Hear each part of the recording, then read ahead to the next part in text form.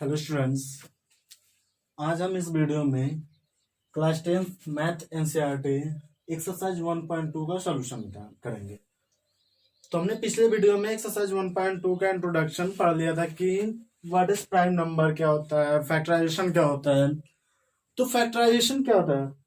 किसी भी संख्या को उसके फैक्टर के गुणनखंड के रूप में लिखना ही क्या कहलाता है? फैक्टराइजेशन। तो हमें इसमें पूछ क्या रहा है? Prime factorization. तो यदि गुणनखंड प्राइम नंबर हो, मतलब उसका फैक्टर प्राइम नंबर हो, तो फैक्टराइजेशन क्या कहलाएगा? Prime factorization. तो प्राइम नंबर क्या है पहले ये पता करना है। तो एक्सरसाइज 1.2 का सॉल्यूशन देखने से पहले आप लोग एक्सरसाइज 1.2 का इंट्रोडक्शन देख लीजिए, तब ये इजिली समझ में आएगा। तो हमारा सवाल है, इसको हम सॉल्व करते हैं। तो हमें इसे प्राइम फैक्टराइजेशन के रूप में लिखना है। तो पहला हम ये लेते हैं 140। तो 140 को पहले हम फैक्टर करेंगे। तो 140, तो सबसे छोटी प्राइम नंबर क्या है? 2 है।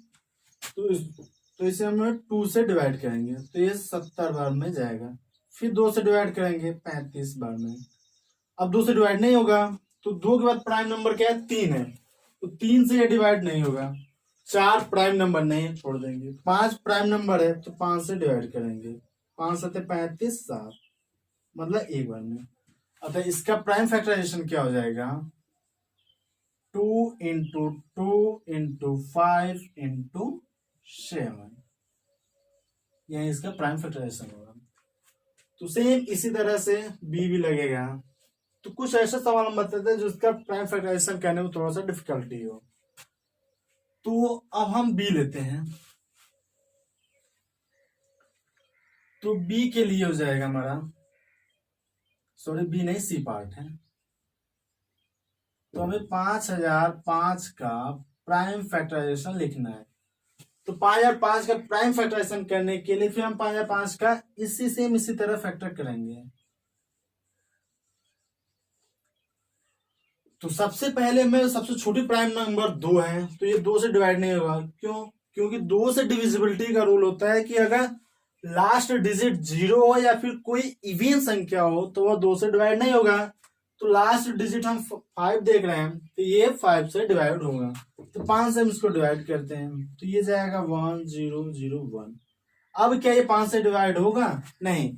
तो अब हम देखते हैं कि यह संख्या हमें किस नंबर से डिवाइड होता है। तो ये 5 से भी डिवाइड नहीं होगा। अब 5 और प्राइम नंबर हमारे 7 है, तो 7 से देखते हैं। चलिए देखते हैं हम इसको 7 से। 7 एकम 7, 3 बचेगा, 3 0 30, 7 चौका 28। 28 मतलब बचा 2 1 21, 7 त्रिका 21, ये डिवाइड हो जा रहा है। 7 से डिवाइड हो जाएगा। अब फिर 7 के बाद अब 7 से डिवाइड होगा, 7 दूनी 14, 3 नहीं डिवाइड नहीं होगा। फिर 7 के बाद प्राइम नंबर क्या हमारा? 11। तो 11 से उससे देखते हैं। तो 11 एकम 11, 3 बचा, 11 था 33, फिर ये 13 से होगा। अतः इसका प्राइम फैक्टराइजेशन होगा 5 इंटू 7 इंटू 11 इंटू 30।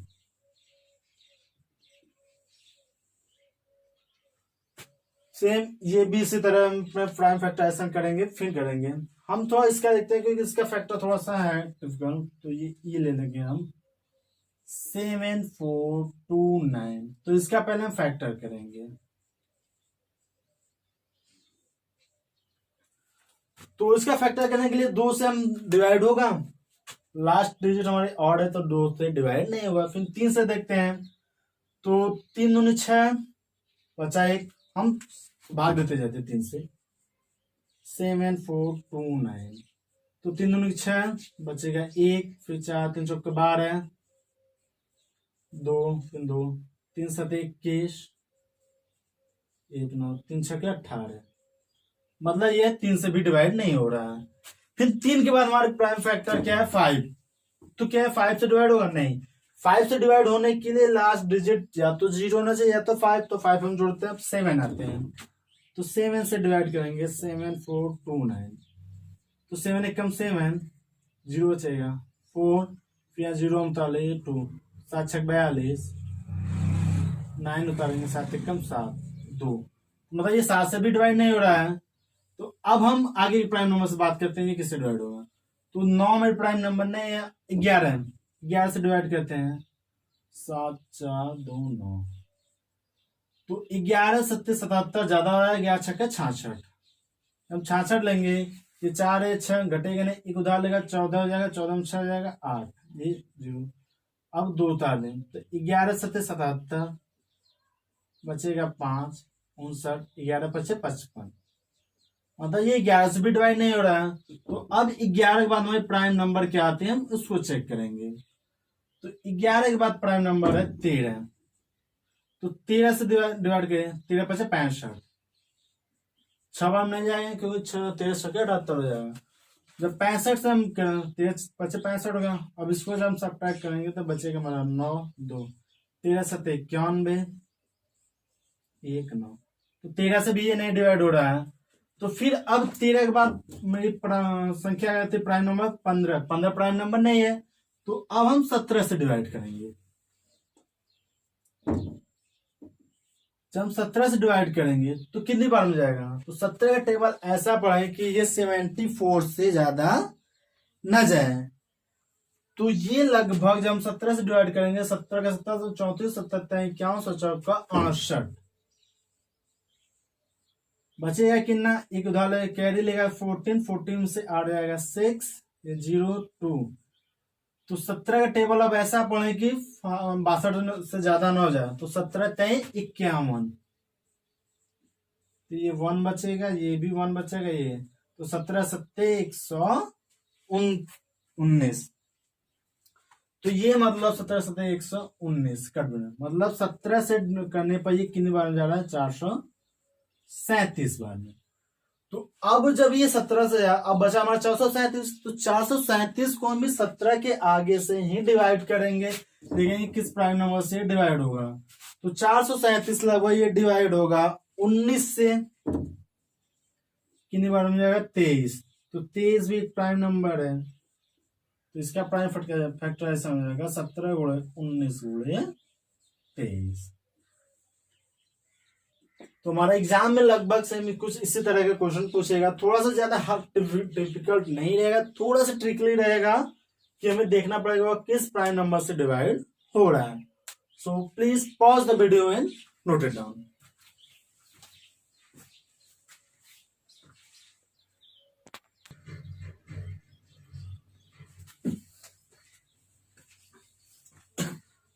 हमारा सेकेंड क्वेश्चन है कि find HCF and LCM of the following pairs and verify that LCM into HCF equal to A and B. मतलब इसमें हमें कुछ क्वेश्चन पूछ रहा है कि एक पूर्णांक का पेयर दिया है, उसका एलसीएम और एचसीएफ ज्ञात करना है और उसको वेरीफाई कराना है कि उन दोनों संख्याओं का गुणनफल क्या एलसीएम और उनके एचसीएफ के बराबर होता है, ये हमें वेरीफाई कराना है। तो हम सॉल्व करते हैं। तो पहले हम जान लें एलसीएम और एचसीएफ होता है क्या। तो एचसीएफ होता है product of least power of common factor. मतलब हम दो संख्याओं का फैक्टर निकाल लेंगे, उसमें जो लीस्ट पावर रहेगा वही हमारा एलसीएम फिर एचसीएफ होता है। एलसीएम होता है product of highest power of common factor. मतलब उन दोनों फैक्टर में जो हाईएस्ट पावर होता है वो विथ रिमेनिंग अनकॉमन फैक्टर, और जो बचे हुए अनकॉमन फैक्टर होते हैं उसका प्रोडक्ट ही एलसीएम होता है। तो पहला सवाल हम देखते हैं 26 एंड 19 1 का एलसीएम और एचसीएफ। तो 26 को हम क्या लिखते हैं, 2 into 13, और 19 1 को 7 into 13। तो अब इसमें हम देखें लिस्ट दोनों में क्या कॉमन है। तो दोनों में कॉमन क्या है, 13। तो एचसीएफ हो जाएगा, एचसीएफ क्या होता है प्रोडक्ट ऑफ लीस्ट पावर। तो लीस्ट पावर क्या है, 13 पावर 1 है 13। Least power of common factor, दोनों में जो कॉमन रहता है वही क्या कहलाता है हमारा एचसीएफ। और एचसीएफ क्या, एलसीएम क्या होता है, एलसीएम होता है जो दोनों में कॉमन रहता है उसको हम लेते हैं। तो दोनों में कॉमन क्या है 13, और जो अनकॉमन फैक्टर रहता है उसे भी ले लेते हैं। तो अनकॉमन क्या है 2 है एंड 7। जब इसका मल्टीप्लाई करेंगे तो ये कितना हो जाएगा, 13×26, 26 इंटू 7, जब इसका मल्टीप्लाई करते हैं तो ये हो जाता है 182 हो जाएगा, मतलब एचसीएफ भी हो जाएगा, एलसीएम भी हो जाएगा। हमें वेरीफाई भी कराना है LCM and HCF is equal to A and B. For verification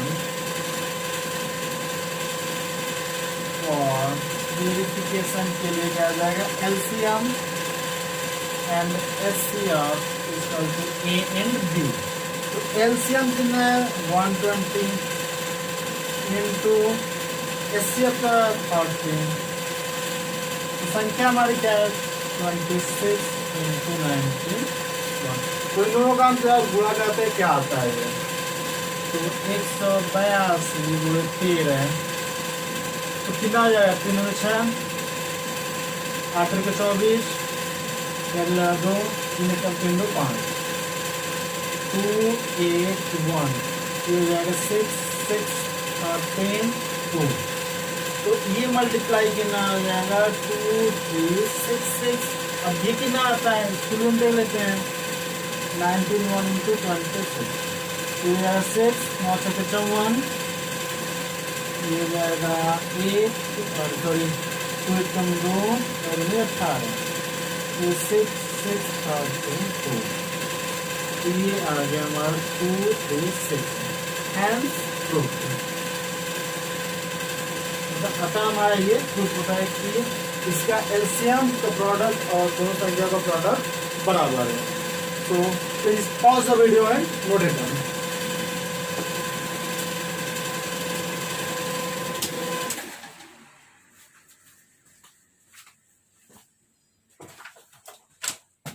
अब इसका हम एक और पार्ट देख लेते हैं कि वो कैसे होगा। जैसे हम थर्ड पार्ट ले लेते हैं, सेकेंड आप लोग करेंगे सेम ऐसे ही रहेगा।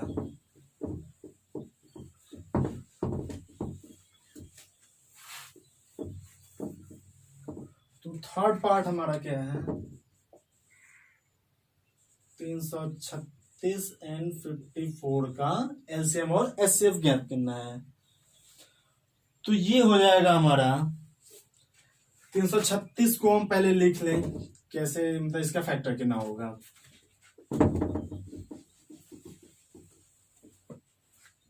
तो 336 सबसे पहले 2 से कटेगा तो कितनी बार में 1, एक कैरी इधर 13, 6 बार में 6 12 3 बचेगा 1, ये 8, तो देखो 8 दूनी 6, सॉरी 8 दूनी 16, 6 दूनी 12 13, 2 कम 2 3, फिर 2 से कटेगा ये 8 बार में, ये 4 बार में, फिर 2 से कटेगा 4, ये 2, फिर 2 से कटेगा 21 बार में। अब 3 इंटू 7 से हो जाएगा, तो मतलब 36 का 366 का फैक्टर हो जाएगा हमारा 336 का 2 into 2 into 2 into 2 into 7, sorry 3 से जाएगा इंटू 3 इंटू 7। तो हाईएस्ट पावर कितना है 2 power 4 into 3 power 1 into 7 power 1, ये हो गया। 54 को हम लिखेंगे तो इसका फैक्टर हो जाएगा हमारा, ये भी 2 से कटेगा 27 बार में, 27 9 54, फिर 2 से नहीं कटेगा 3 से कटेगा 3 9 3 27, फिर 3 से कटेगा 3 बार में, फिर 3 से कटेगा 1, तो 3 3 9 27 9 54, तो ये हो जाएगा हमारा 2 इंटू 3 इंटू 3 इंटू 3। तो अब इसमें हम देखते हैं कि हमारा एलसीएम और एचसीएफ क्या होगा।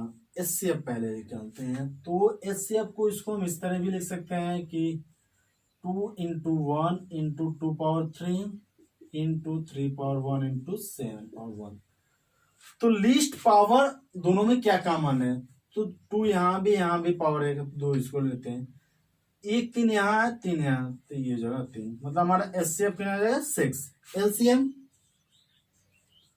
जो कॉमन होता है उसको तो लेते हैं, जो रिमेनिंग पार्ट बचता है उसको भी हम ले लेते हैं। तो 2 इंटू 3 तो हम ले लेंगे, बचेगा क्या 2 और 3 हमने ये ले लिया, बचा 2 पावर 3 इंटू 7, 2 पावर 3 इंटू 7 बचा। अब इसमें क्या बचा है हमारा, 2 into 3 ले लिए, ये बचा है into 9। जब इसको मल्टीप्लाई करेंगे तो ये आ जाएगा हमारा, मल्टीप्लाई करने के बाद 3024, मतलब इसका एलसीएम एचसीएफ ये हो जाएगा, एलसीएम ये हो जाएगा। तो वेरिफिकेशन करने के लिए, फॉर वेरिफिकेशन,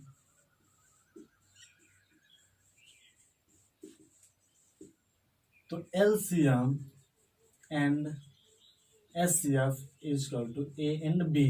तो एलसीएम के एचसीएफ के नाम है 6, एलसीएम है 3024, और पहली संख्या क्या है हमारा 336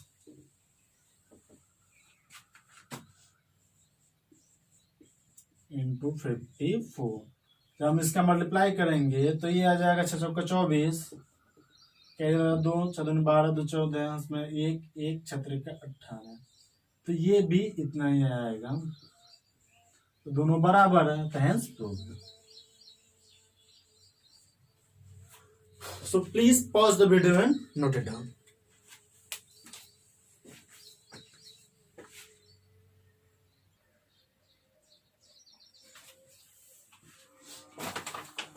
हमारा क्वेश्चन थर्ड है कि प्राइम फैक्टराइजेशन मेथड द्वारा हमें इन संख्याओं का एलसीएम और एचसीएफ ज्ञात करना है।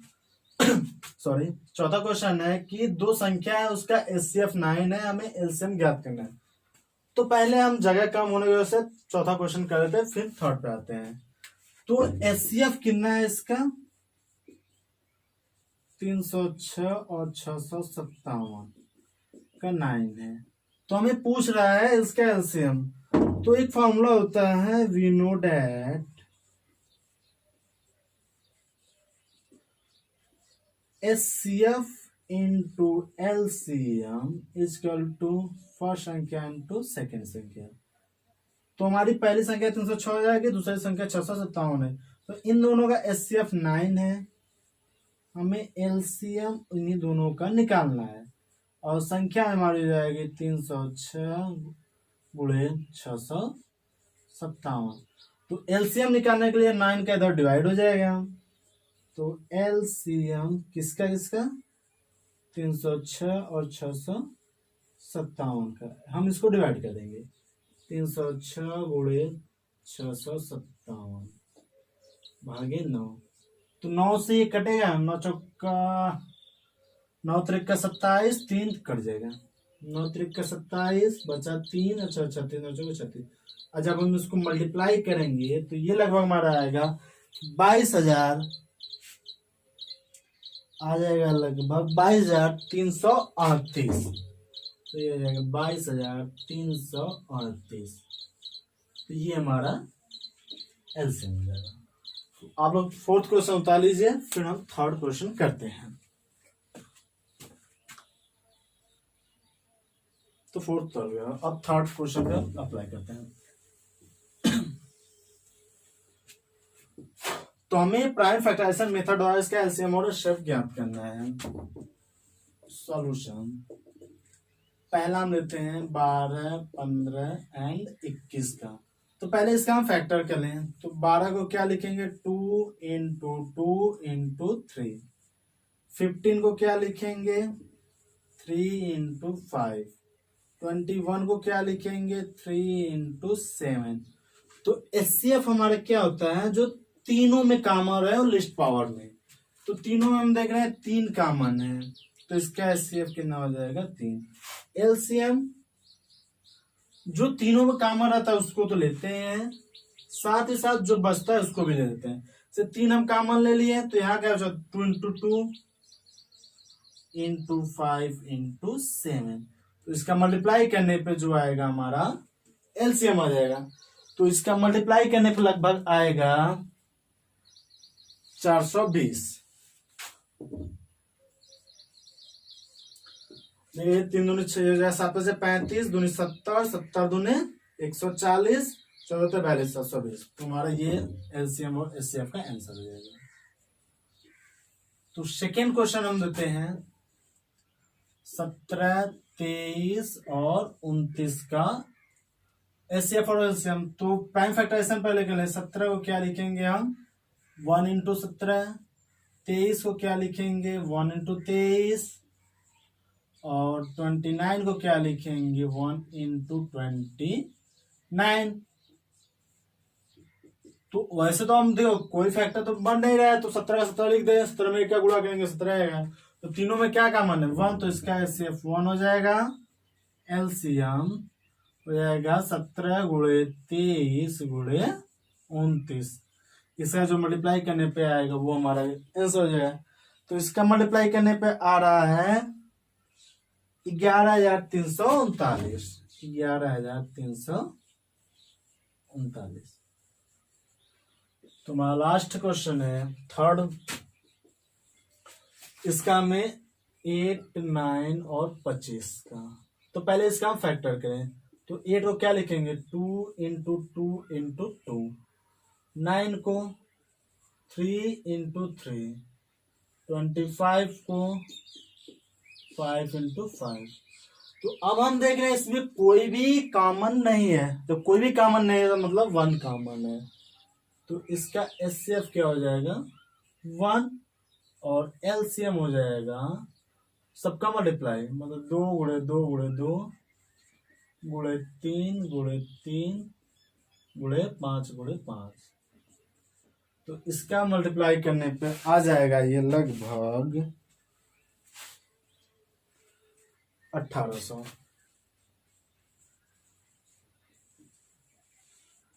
इस क्वेश्चन में कुछ भी नहीं है, बस प्राइम फैक्टराइजेशन करना है। एचसीएफ क्या होता है हम जानते हैं, जो तीनों में कॉमन है वो एचसीएफ हो, या एलसीएम जो तीनों में कॉमन रहता है उसको लेते हैं, और रिमेनिंग पार्ट जो बचता है फैक्टर उसको भी लेकर मल्टीप्लाई करते हैं, तो टोटल हमारा एलसीएम हो जाता है। तो सो please pause the video and note it down.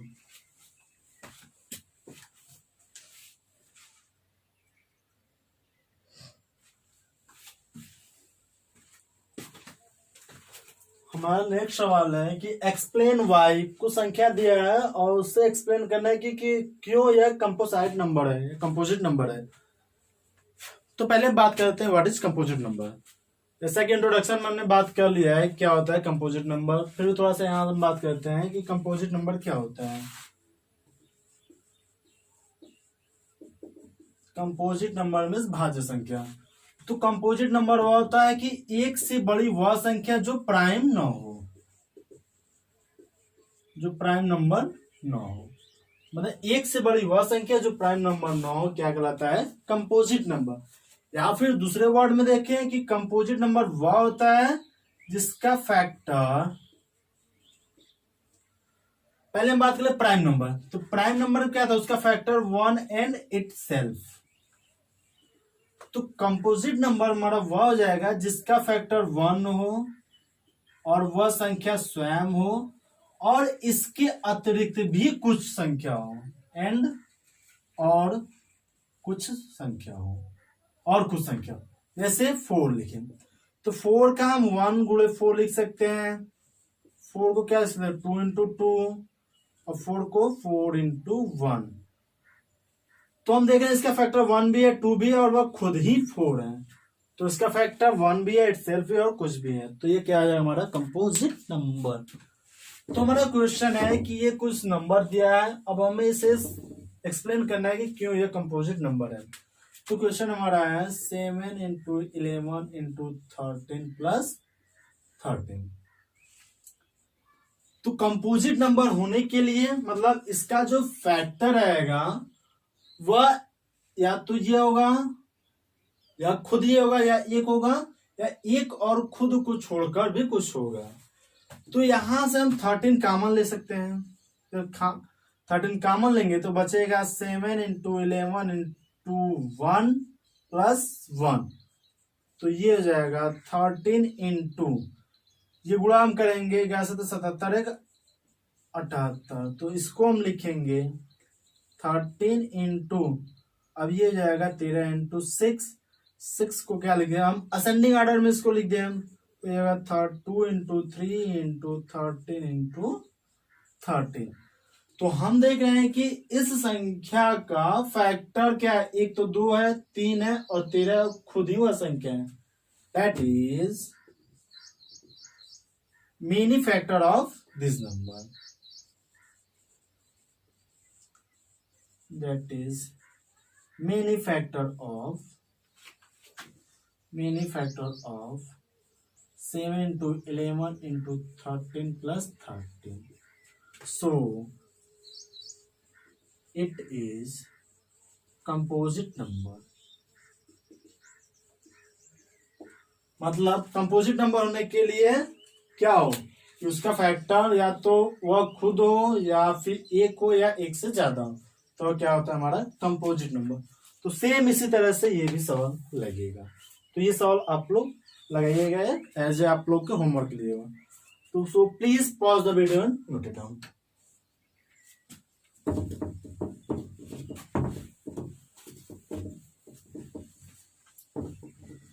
हमारे इसमें एक लास्ट सवाल है जो हम इसको पढ़ देते हैं।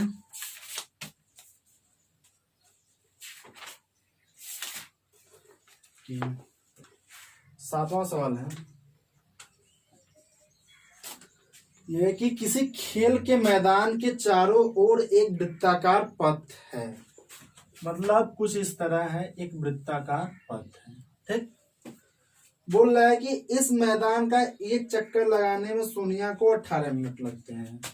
एक सोनिया नाम की लड़की है, वह 18 मिनट में एक चक्कर लगाती है। 18 मिनट पर राउंड। फिर बोला है जबकि इसी मैदान का एक चक्कर लगाने में रवि को 12 मिनट लगते हैं, और एक रवि नाम का लड़का है, इसको इसी मैदान का चक्कर लगाने में 12 मिनट में ये एक चक्कर लगाता है। तो मतलब 12 मिनट पर राउंड। तो मतलब रवि इज फास्टर हो जाएगा, रवि इज फास्टर सोनिया से। तो बोल रहा है कि मान लीजिए वे दोनों एक ही स्थान और एक ही समय पर चलना प्रारंभ करते हैं। मतलब यहां से सोनिया चल रही है इस डायरेक्शन में, और इसी स्थान से रवि भी इसी डायरेक्शन में चल रहा है। तो बोल रहा है कि चलना प्रारंभ करके एक ही दिशा में चलते हैं, तो कितने समय बाद वे पुनः मिल जाएंगे। मतलब दोनों एक ही जगह चल रहे हैं, तो कितने समय बाद वो दोनों मिल जाएंगे। कहने का मतलब जैसे सोनिया चल रही है तो ये भी इसी तरह चलेगी कहीं ना कहीं, और ये भी चलेगा। तो कोई ऐसा राउंड आएगा या कोई ऐसा समय आएगा जब दोनों एक दूसरे से कहीं ना कहीं मिल जाएंगे। तो हमें वही फाइंड आउट करना है। तो इसको हम मान लेते हैं let Sonia takes x round. Sonia कितना कहते हैं x round. Sonia takes x round to meet Ravi. Sonia x round तय करने के बाद रवि से मिल जाती है। मतलब ये 18 इंटू यक्स उसका राउंड हो जाएगा। उसी प्रकार रवि वाई राउंड चलने पर सोनिया से मिल जाएगा, तो इसका क्या हो जाएगा 12 वाई। तो जब दोनों एक दूसरे से मिलेंगे तो ये दूरी क्या हो जाएगी, इक्वल हो जाएगी। 18x और 12y क्या हो जाएगी, बराबर हो जाएगी। तो मतलब हम इसको लिख सकते हैं 18x और 12y। तो यहां हम देखते हैं कि कब ये बराबर होगा। अब ये क्या x 18 का फैक्टर है, y 12 का फैक्टर है, तो यह एक दोनों का फैक्टर है। मतलब